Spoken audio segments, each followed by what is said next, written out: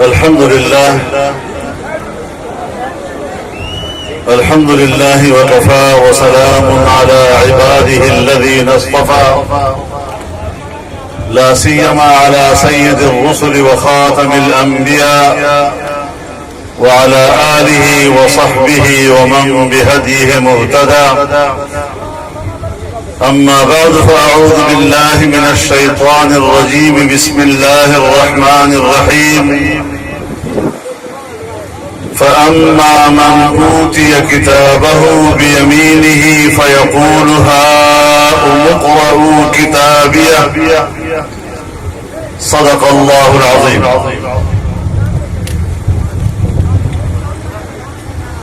جناب صدر محترم،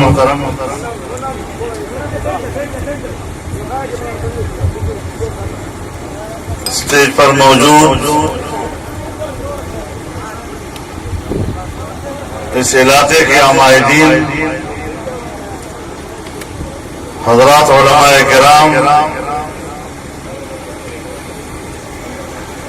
میرے بزرگوں، دوستوں اور بھائیوں،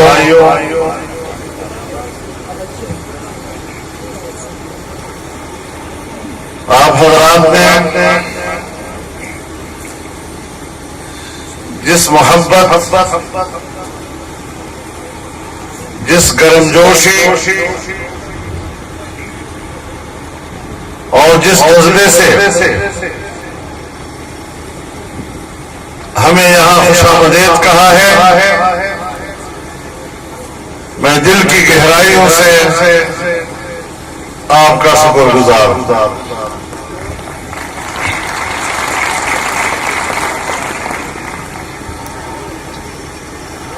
آپ جانتے ہیں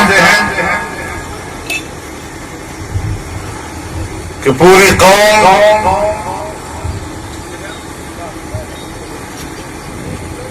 اس وقت الیکشن مہم میں ہے،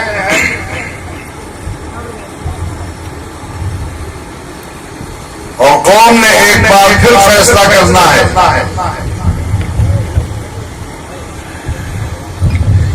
کہ وہ ملک کی اقتدار و اختیار کس کے حوالے کرنا چاہتے ہیں۔ ملک کی آئندہ قیادت کون ہو، نظام حکومت کس کے حوالے کیا جائے،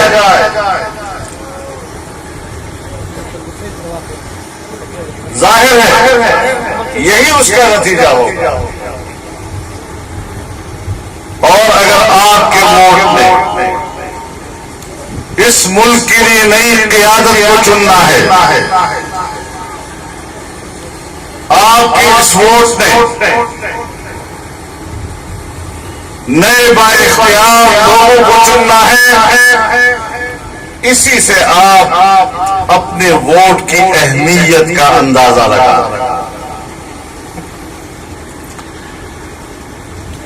میں آپ سے یہی اپیل کرنا چاہوں گا کہ اپنے ووٹ کو اس معیار پہ دیکھیے۔ ہمارے روایتی سیاستدانوں نے اس ووٹ کو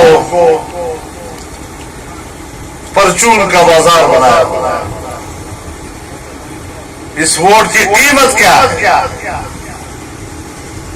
کوئی بجلی کا کھمبا، کہیں ٹرانسفارمر، کہیں پریشر پمپ، یہ قیمت ہے آپ کے ووٹ کی۔ جبکہ ہماری نظر میں آپ کا ووٹ ملک کی قسمت کو تبدیل کرنے والا ہے، ملک کے آئندہ نظام کا تعین کرنے والا ہے۔ اب یہاں سے آپ نے اس بات کو سوچنا ہے کہ جو ملک ہم نے لا الہ الا اللہ کے نعرے سے حاصل کیا، جس ملک کو پاکستان کا آئین اسلامی پاکستان کہتا ہے، اسلام کو پاکستان کا مملکتی مذہب کہتا ہے، اس ملک پر گزشتہ 70 سالوں سے وہ لوگ مسلط ہیں، اس کے سیاسی نظام پر، اس کے معاشی نظام پر ان لوگوں کا قبضہ ہے جنہیں میں اپنے الفاظ میں مذہب بیزار کہتا ہوں۔ مذہب بیزار طبقہ جس نے پاکستان کی اسلامی شناخت کو داؤ پر لگایا ہوا ہے، جس نے اس وطن عزیز کے 22 کروڑ مسلمانوں کی اسلامی شناخت کو داؤ پر لگایا ہوا ہے، اور سب کچھ آج وہ مغرب کے ہاتھوں بیچ رہے ہیں۔ ایسے حالات ظاہر ہے کہ آپ نے اپنے اس ووٹ سے پاکستان کے اسلامی تشخص کی حفاظت کرنی ہے، آپ نے اپنے اس ووٹ سے اس قوم کے مسلمان کی شناخت کا تحفظ کرنا ہے۔ اور جب ہم یہ بحث چھیڑتے ہیں تو پھر کہتے ہیں ہم بھی تو کلمہ پڑھتے ہیں، ہم بھی تو مسجد میں جاتے ہیں، ہم بھی تو نماز پڑھتے ہیں، تو پھر ہمیں آپ مذہبی لوگ تسلیم کریں، پھر کہتے ہیں ہم اسلام کو مانتے ہیں لیکن ہم اسلام کو نرم مذہب کے طور پر پیش کرتے ہیں، مولوی صاحبان تو اس کو ایک سخت مذہب کے طور پر پیش کرتے ہیں۔ یہ جو سوچ ہے، یہ جو فکر ہے مفاد پرست طبقے کی، دنیا پرست طبقے کی، یہ آج کی نہیں ہے۔ جناب رسول اللہ صلی اللہ علیہ وسلم کے زمانے سے لے کر آج تک ہر زمانے میں یہ سوچ اور فکر موجود رہی۔ اور میرے بھائیو، 9ویں یا 10ویں ہجری میں جب طائف کا وفد حضور علیہ الصلوۃ والسلام کی خدمت میں آیا اور ایک مشروط قسم کی پیشکش کی کہ ہم آپ کا کلمہ پڑھنے کے لیے تیار ہیں، ہم آپ کے دین کو قبول کرنے کے لیے تیار ہیں، لیکن ہمارے کچھ شرائط ہیں۔ بہت سی شرائط کی فہرست، لیکن ان شرائط میں یہ بات تھی کہ آپ نے شراب کو حرام قرار دیا ہے، جبکہ ہمارے معاشرے میں ہماری کوئی محفل اور کوئی مجلس شراب کے بغیر مکمل نہیں ہے، لہذا ہمارے لیے شراب حلال ہو۔ آپ نے زنا کو حرام قرار دیا ہے، فحاشی اور عریانی کو حرام قرار دیا ہے، لیکن ہمارے ماحول میں ہمارا نوجوان اس وقت زنا کا رسیا ہے، وہ اس کام کو چھوڑ نہیں سکتا، بنا آپ کے مذہب میں زنا حرام ہو لیکن ہمارے لیے جائز۔ آپ نے سود کو حرام قرار دیا، لیکن ہمارا تجارتی نیٹ ورک اور تجارتی وابستگی وہ سود پر ہے، اور اگر ہم سود کے نظام کو ختم کرتے ہیں تو پھر ہمیں تجارتی خسارہ ہوگا، لہذا آپ نے بھلا ہر چند کے سود کو حرام قرار دیا ہے لیکن ہمارے لیے یہ جائز۔ اب آپ بتائیں کہ آج جو دنیا ہمیں نظر آ رہی ہے، ملک پر حکمرانی کرتے ہوئے نظر آ رہی ہے، اپنے آپ کو بڑا لبرل کہہ رہے ہیں، اپنے آپ کو روشن خیال کہہ رہے ہیں، ان کے رویے اور ان کی خواہشات وہ اس کے مطابق ہیں یا نہیں ہے؟ تو یہ جو سوچ اور فکر ہے یہ آج کی نہیں ہے، اسلام کے آغاز سے اس قسم کے ذہن کے لوگ ہمیشہ رہے ہیں، آج بھی موجود ہیں۔ رسول اللہ صلی اللہ علیہ وسلم نے ان کے شرائط کو مسترد کر دیا اور کہا کہ جب تک غیر مشروط طور پر آپ کلمہ نہیں پڑھیں گے آپ کے کلمے کلمے کو قبول نہیں کیا جائے گا۔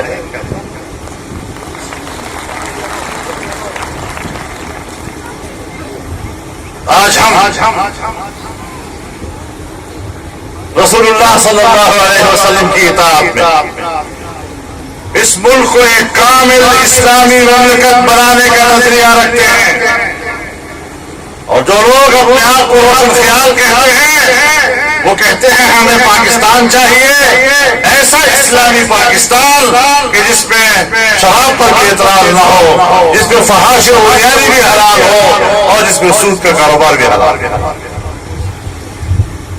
میرے دوستو، اگر یہ نظریہ رسول اللہ صلی اللہ علیہ وسلم کے زمانے میں جاہلیت کہلاتا تھا تو یہ آج بھی جاہلیت ہے، اور یہ آج بھی خود خیالی نہیں ہے۔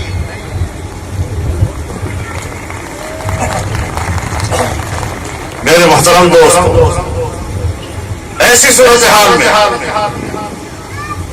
آپ نے الیکشن کی طرف جانا اور اس بحث پر جمعیت علماء اسلام اور تمام دینی جماعتوں اور متحدہ مجلس عمل کا ایک واضح نظریہ ہے کہ ہم پاکستان اور پاکستان کے 22 کروڑ مسلمان قوم کی اسلامی شناخت کا تحفظ کرنا چاہتے ہیں۔ یہی فرق ہے ان کے اور ہمارے درمیان۔ تو پھر یہ فرق کس نے کیا؟ یہ فرق تو میرے رب نے کیا ہے۔ افمن کان مؤمنا کمن کان فاسقا لا یستوی۔ کیا فرما بردار اور نافرمان دونوں ایک جیسے ہیں؟ اللہ فرماتا ہے ایک جیسے نہیں ہوا۔ تو پھر ہم سب مسلمان ہیں، ہمیں اس حوالے سے بھی دیکھنا چاہیے کہ وہ لوگ جو نافرمان ہیں، جو فسق و فجور کو فروغ دینا چاہتے ہیں، افنجعل المتقین کالفجار،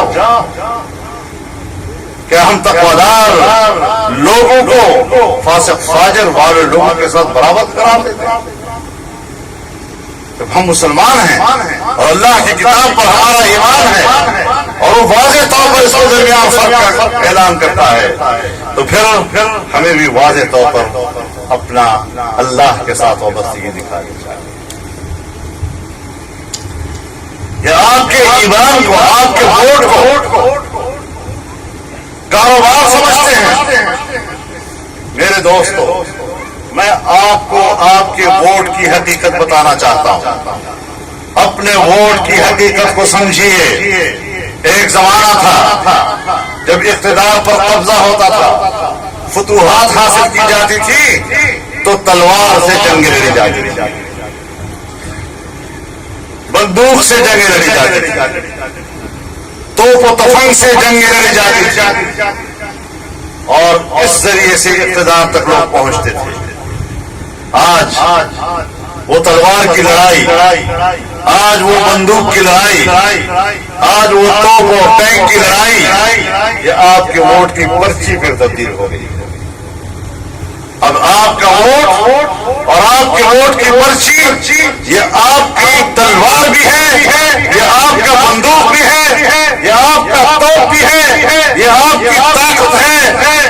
اس کو آپ حق کے لیے استعمال کریں گے تو حق جیتے گا، اس کو آپ باطل کے لیے استعمال کریں گے تو باطل جیتے گا۔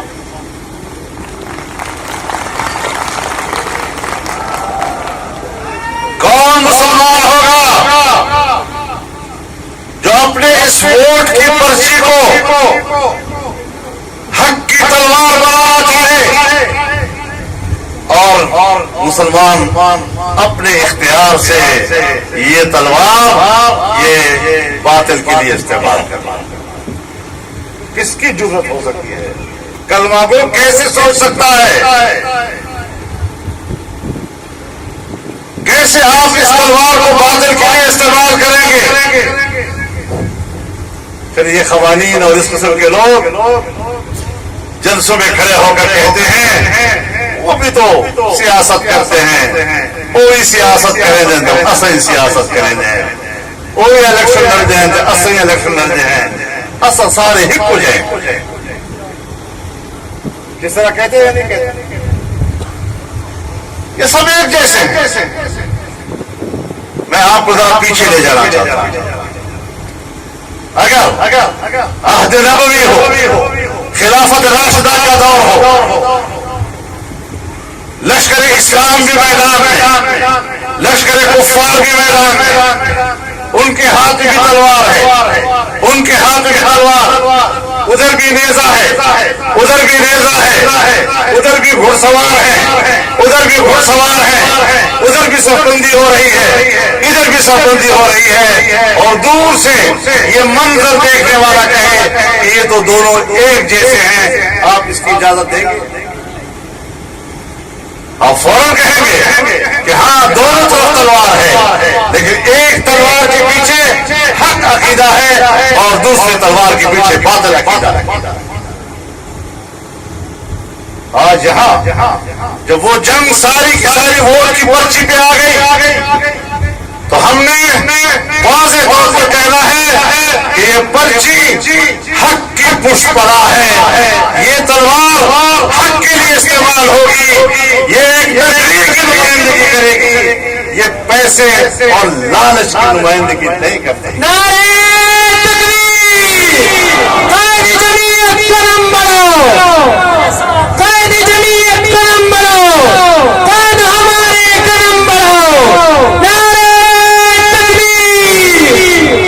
اس الیکشن کے مارکے کو سمجھیں اس الیکشن میں اپنے ووٹ کی طاقت کو سمجھیں اس کے استعمال کا حق آپ نے ادا کرنا ہے اور ہم اس میدان میں ان کے خلاف جنگ لڑ رہے ہیں ہماری زندگی اس محاذ پہ گزری ہے آپ ہمیں ووٹ دیتے ہیں ہمیں پارلیمنٹ کی طرف بھیج دیتے ہیں جہاں پر تلاوتیں ہیں نعت ہیں جھنڈے ہیں پرچم نبوی ہے ایک بڑا خوشگوار روحانی ماحول ہے بڑا آپ کو اس کی مزے آ رہے ہیں لیکن جب آپ ہمیں ووٹ دے کر بھیجتے ہیں پھر آپ کو معلوم نہیں کہ ہمیں کس قسم کی مخلوق سے واسطہ پڑتا ہے کس قسم کے لوگوں سے ہمیں واسطہ پڑتا ہے ہمارے سامنے اجلاسوں میں کہا جاتا ہے کہ اگر پاکستان کا نام اسلامی جمہوریہ ہے تو اسلامی کا لفظ کاٹ دیا جائے یہ ہمارے سامنے کہتے ہیں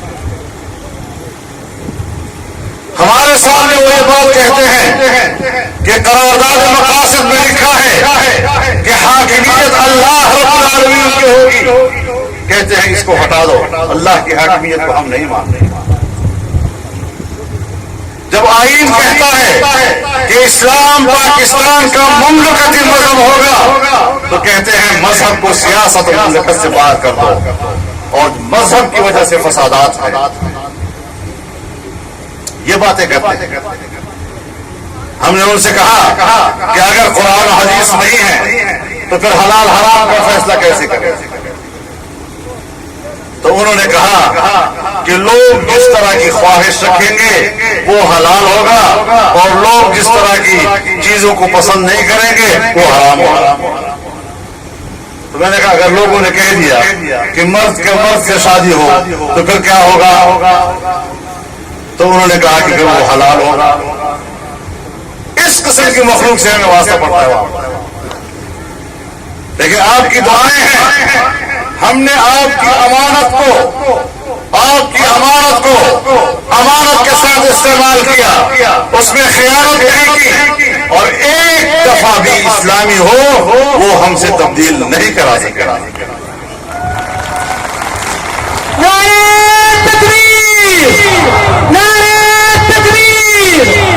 پچھلی حکومت میں پارلیمنٹ کے اندر سازش ہوئی کہ ناموس رسالت کا قانون ختم کر دیا جائے میں ان دنوں میں عمرے پر تھا میں وہاں سے پہنچا کراچی میں 10 لاکھ سے زیادہ لوگوں کا احتجاجی مظاہرہ ہوا اور میں نے اس جلسے میں کہا کہ حکمرانوں نے مغرب کے ساتھ وعدہ پاپائے روم کے ساتھ وعدہ کیا ہے کہ ہم پاکستان میں ناموس رسالت کا قانون ختم کریں گے.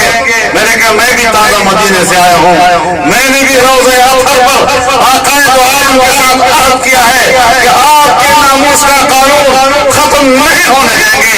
انشاءاللہ یہ جنگ ہم جیتیں گے اور پھر اللہ نے مدد کی اور ہم وہ جنگ جیتیں. نعرہ تکبیر, نعرہ تکبیر. غلامی رسول میں, غلامی رسول میں, غلامی رسول میں, نعرہ تکبیر. اور پھر اس حکومت میں قانون تو انتخابی اصلاحات کا تھا, اس کا کسی عقیدے یا ختم نبوت سے کوئی تعلق نہیں تھا, لیکن کسی چور نے اندر سے مداخلت کی اور کمیٹی سے جب اسمبلی تک آ رہا تھا تو راستے میں کوئی ایسی دفعہ شامل کی جس سے ختم نبوت کا معاملہ خراب ہو گیا, اس کا قانون متاثر ہو گیا, قادیانیوں کو غیر مسلم اقلیت قرار دینے کا قانون متاثر ہو گیا. مجھے اطلاع ملی, میں اس وقت بھی پھر عمرے میں تھا, مجھے مکہ مکرمہ میں اطلاع ملی. میں نے اسی وقت وزیر اعظم سے رابطہ کیا اور اگلے دن اسپیکر نے تمام سیاسی جماعتوں کے پارلیمان لیڈروں کو بلایا اور اس پر ہم نے احتجاج کیا. 24 گھنٹے کے اندر وہ سارے قوانین واپس لے لیے گئے جو چوری کرتے قائد تیری جرأت کو, قائد تیری ہمت کو, قائد تیری بصیرت کو. جب معاملہ ٹھیک ہو گیا تو لوگ نکل آئے, دھرنے شروع ہو گئے, چور بتاؤ, چور بتاؤ, چور کون ہے. راجہ ظفر الحق کی قیادت میں کمیٹی بنی تاکہ تحقیق اور تفتیش ہوئی. اس وقت خاموش کر دی گئی کہ ایسا نہ ہو کہ کوئی نقصان ہو جائے. آج چند دن پہلے کورٹ نے حکم دیا کہ اس کو شائع کرو, وہ رپورٹ شائع کرو. جب شائع کیا تو چور کون نکلا؟ شفقت محمود, جو پی ٹی آئی کا قومی اسمبلی کا ممبر.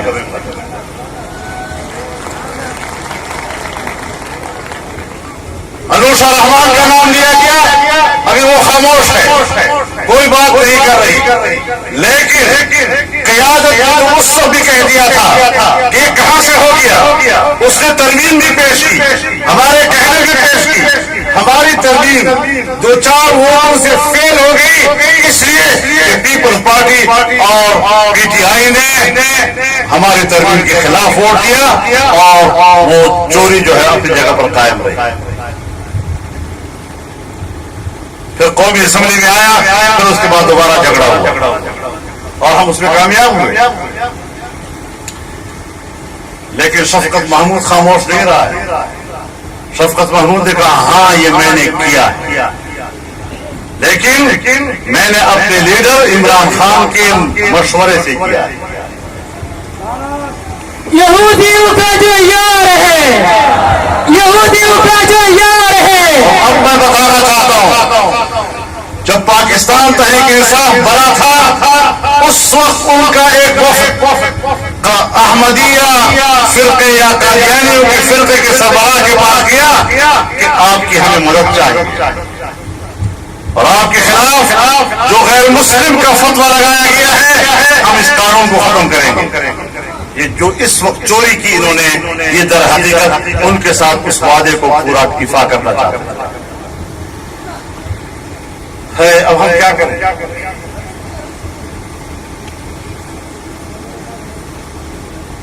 ایک سیٹ کے لیے ایمان کو چھوڑا, ایک سیٹ کے لیے,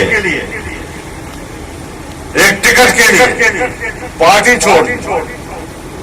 یہ پتہ نہیں کہ میں کس صف میں جا کے کھڑا ہوگا.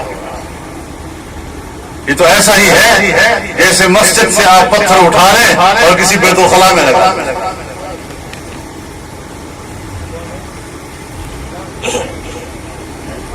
یہ صورتحال ہے.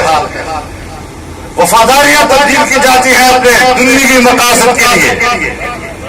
اور مجھے تو اس ایک بات پر افسوس ہے، صرف ایک بات پر، کہ ہماری بلی اور ہمیں میاؤں.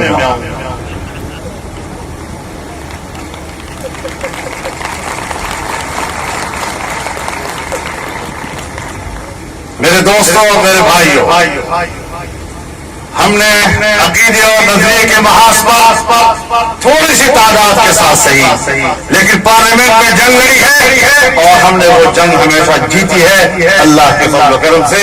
کوئی یہ نہیں کہہ سکتا کہ آج آپ کے سامنے ہم کچھ اور کہہ رہے ہیں اور وہاں جا کر ہم کوئی اور بات کرتے ہیں. ایک انٹرویو میں مجھے ایک صحافی نے پوچھا کہ آپ علماء کرام بھی تو اب اسلام آباد کے بنگلوں میں رہنے لگ گئے، اسلام آباد کے بنگلوں کے مزے لے رہے ہیں آپ علماء کرام. میں نے کہا یہ تو ایسا لگ رہا ہے جیسے تم مجھے کوئی آر دلا رہے. تو میں نے کہا میں اس کے 2 جواب دوں گا. پہلا جواب یہ ہے کہ آپ صحافی لوگ ہمیں عوام میں بھی سن رہے ہوتے ہیں، ہم اسمبلی میں آتے ہیں آپ ہمیں پارلیمنٹ میں بھی سن رہے ہوتے ہیں، ہم کسی سیمینار میں جاتے ہیں آپ ہمیں وہاں بھی سن رہے ہوتے ہیں، ہم کسی کمیٹی روم میں بات کرتے ہیں آپ ہمیں وہاں بھی سن رہے ہوتے ہیں. میں نے کہا ایک مثال پیش کرو، ایک مثال کہ میں نے عوام کے سامنے کوئی اور بات کی ہو اور پھر اس مسئلے پر میں نے پارلیمنٹ میں دوسری بات کی ہو، کمیٹی روم میں دوسری بات کی ہو، یا ہم نے کسی سیمینار میں کبھی دوسری بات کی ہو. ایک مثال. اس سے کہا نہیں. میں کہا لے جا میں فرق ہو سکتا لیکن موقف میں کوئی فرق نہیں ہو سکتا. اور دوسرا جواب میں نے کہا یہ ہے کہ آپ مجھے جو بات کہہ رہے ہیں کہ جی آپ کے علماء اسلام آباد کے بنگلوں میں آ کر بڑے خوشحال زندگی گزار رہے ہیں، یہ بات سن لو ابھی 2-4 بنگلے ہمارے پاس ہیں، ہم نے تو اسلام آباد کے سارے بنگلوں پر قبضہ کرنے کا عزم کیا ہوا ہے. یہ تمہارے قوانین اور جاگیرداروں اور ان بیوروکریٹس کے باپ دادا کی جاگیر نہیں ہے کہ وہی ان میں بیٹھے رہیں گے. اب علماء آئیں گے اور اسلام آباد کے ان بنگلوں میں رہیں گے. للکار ہے، للکار ہے، للکار ہے، للکار ہے. مستقبل کے حکمران، میرے محترم دوستو، میرے محترم دوستو، یہ میرا خطہ، یہ میرا دامان، یہ پسماندہ علاقہ ہے. اور حضرت مفتی صاحب رحمہ اللہ کے وقت سے لے کر آج تک چاہے چشمہ رائٹ بینک کنار کا منصوبہ ہو، چاہے گومل یونیورسٹی کا منصوبہ ہو، چاہے گوملزام کا منصوبہ ہو، چاہے میڈیکل کالج کا منصوبہ ہو، چاہے ٹیچنگ ہاسپٹل کا مسئلہ ہو، تعلیمی اداروں کا مسئلہ ہو، اور آج کے وقت میں اگر سی پیک کا مسئلہ ہو، آپ مجھے بتائیں کیا اس خطے کی ترقی میں جمعیت کے علاوہ کسی اور کا بھی کوئی کردار ہے؟ دیکھیے ایک سفر ہے. مجھے یاد ہے 1972 میں جب مفتی صاحب وزیر اعلیٰ تھے تو یہ چشمہ رائٹ بینک کنار کا مسئلہ اٹھا تھا، اور اس کے بعد یہ مسئلہ 1980 کے لگ بھگ جا کر اس کی کھدائی ہوئی، کام شروع ہوا، اور مجھے یاد ہے کہ 1985 میں جا کر اس میں پانی چھوڑا. لمبا عرصہ اس میں گزرتا ہے، اس میں کوئی شک نہیں. 1995 میں نے پلاننگ کمیشن میں گوملزام منظور کرایا، ابھی 2013 میں اس کا افتتاح ہوا. 1995 میں چین جا کر میں نے اس سی پیک پر چینی حکومت کو راضی کیا تھا. آج 2018 میں آپ جائیں وہ پائے تکمیل تک پہنچ رہا ہے، اور اسلام آباد اور آپ کا فاصلہ 2.5-3 گھنٹے ہو جائے گا، اور کاش گھر سے لے کر گوادر تک آپ کی تجارت کے راستے کھل جائے گا. اسی زمانے میں میں آپ کے انتخابی جلسوں میں یہ باتیں کہا کرتا تھا کہ میں ڈیرہ اسماعیل خان کی اس سرزمین کو